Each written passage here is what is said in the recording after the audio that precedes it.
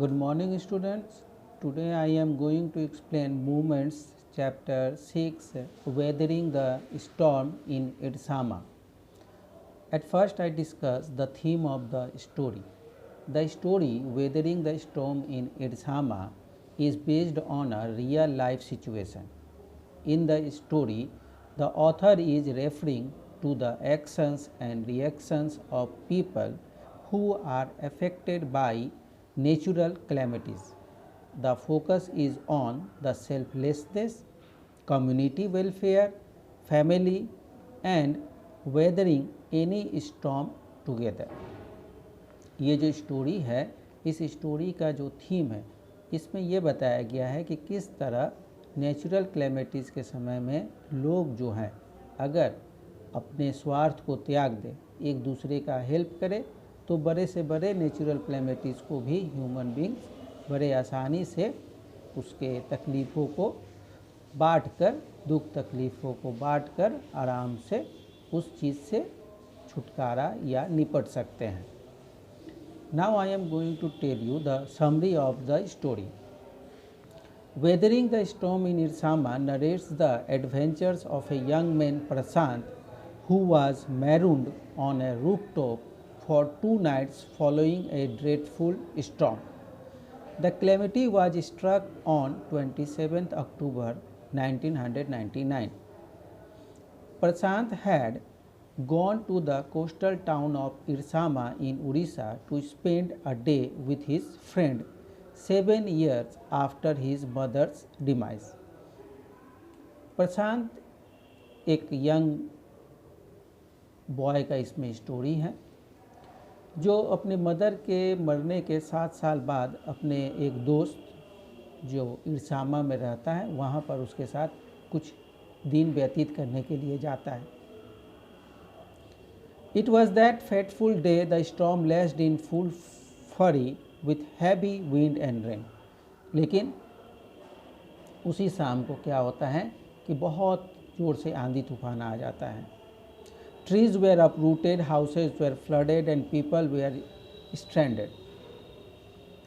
इतने ज़ोर से आंधी तूफान रहता है कि बड़े से बड़े पेड़ जड़ से उखड़ जाते हैं, घर हवा में उड़ने लगता है, पानी भी बहुत तेज़ी से बरसता है, चारों तरफ पानी भर जाता है. प्रसाद जो है अपने दोस्त और उसके परिवार के लोगों के साथ छत पर 2 दिन पड़ा हुआ रहता है. For 2 days everyone took refuge on the roof till the situation calmed down a bit. 2 दिन तक सभी लोग उसके छत पर ही एक रिफ्यूजी की तरह पड़े हुए रहते हैं जब तक सिचुएशन थोड़ा ठंडा नहीं हो जाता है. Although everyone tried to persuade Prashant to stay for a few more days as the situation had not fully settled, he was determined to move ahead. अब जब बारिश थोड़ा कम हो जाता है, तूफ़ान थोड़ा कम हो जाता है, तो प्रशांत ये डिसाइड करता है कि वो अपने घर वापस जाएगा. जबकि उसके फ्रेंड के सारे फैमिली मेम्बर्स उसको मना कर रहे थे कि अभी भी सिचुएशन पूरी तरह से ठीक नहीं हुआ है, चारों तरफ पानी ही पानी भरा हुआ है. फिर भी प्रशांत डिसाइड करता है कि नहीं, वो अपने घर वापस जाएगा.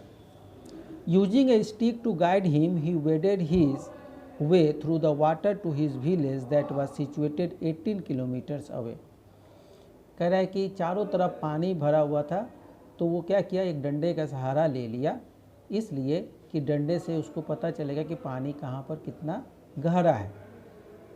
उसका घर वहाँ से 18 किलोमीटर दूर था. अब वो उस पानी में चारों तरफ केवल पानी ही पानी, और उसी पानी में अब उसको क्या करना है, 18 किलोमीटर का यात्रा करना है.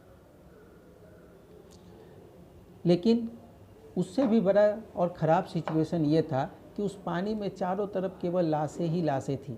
जानवर के, आदमी के, घरों के टुकड़े, बर्तन, कपड़े, ये सब उस पानी में तैर रहे थे.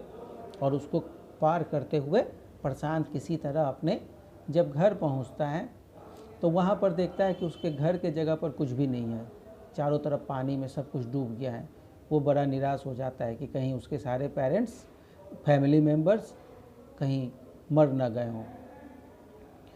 उसके घर के पास वो कुछ अपने पेड़ के पास घर के पास एक पेड़ रहता है, उस पेड़ पे कुछ उसके घर के बर्तन कपड़े इकट्ठे रहते हैं, वो उसी को लेकर रेड क्रॉस सोसाइटी के द्वारा बनाए गए हुए कैंप में जाने का निर्णय लेता है। Once there he sought the assistance of Red Cross to find out the whereabouts of his family. फिर वो रेड क्रॉस सोसाइटी में जाता है और जाकर वहाँ पर खोजता है। लेकिन जैसे वो पहुँचता है तो सबसे पहले वो अपनी नानी से मिलता है। धीरे धीरे उसके सारे फैमिली मेम्बर्स इकट्ठे हो जाते हैं और सब बड़ी खुशी मनाते हैं, इसलिए क्योंकि जिस तरह प्रशांत सोच रहा था कि उसके फैमिली मेम्बर्स सब मर चुके हैं, उसी तरह उसके फैमिली मेम्बर्स भी ये सोच रहे थे कि अब प्रशांत से हम लोग कभी भेंट हम लोगों का नहीं हो पाएगा, इसलिए सभी कोई खुश हो जाते हैं। Slowly he found each one of them. धीरे धीरे एक एक करके सब मिल जाता है। अब यहाँ से स्टोरी फिर चेंज होता है। प्रशांत जो है वो उस रेड क्रॉस सोसाइटी के जो कैंप है वहाँ पर जाकर देखता है तो वहाँ का कंडीशन और भी पैथेटिक होता है। चारों तरफ लाश से पड़ी हुई हैं, बहुत सारे लोग इंज्योर्ड हैं, सभी लोग दुख तकलीफ़ में हैं, बहुत सारे बच्चे हैं जिनके पेरेंट्स मर गए हैं, बहुत सारे पेरेंट्स हैं जिनके बच्चे नहीं हैं, किसी के हस्बैंड नहीं है, किसी की वाइफ नहीं है। चारों तरफ का कंडीशन बड़ा ही पैथेटिक रहता है और सबसे इम्पॉर्टेंट कि खाने पीने के लिए कुछ है नहीं। इसलिए प्रशांत क्या करता है कि कुछ लोगों का टीम बनाता है और वो क्या करता है कि वहाँ के लोगों को टेक केयर देखभाल करना स्टार्ट करता है और धीरे धीरे प्रशांत जो है सभी लोगों को एक लीडर की तरह सभी लोगों को एक जगह इकट्ठा करता है और सबको खुशहाली या खुशी देने का कोशिश करता है। अंत में प्रशांत जो है वो अपने एक्टिविटी के द्वारा बहुत सारे लोगों का प्राण बचा लेता है। The orphans and the widows were taken care of by this young man. जितने भी ऑर्फेंस थे, विडोज थे, उन सब का ये देखभाल करता है, उनके मनोरंजन के लिए बहुत सारी एक्टिविटीज़ को करता है। तो इसीलिए देखो शुरू में ही थीम में बताया गया था कि यहाँ पे सेल्फलेसनेस, कम्युनिटी वेलफेयर, फैमिली, ये सभी चीज़ जो है अगर हम लोग इन सब चीज़ों पर ध्यान देंगे तो हम लोग क्या कर सकते हैं कि आने वाले मुसीबतों को रोक तो नहीं सकते, लेकिन उस मुसीबतों में मिलकर मुकाबला करने की शक्ति हम लोगों को आ सकती है। Thank you.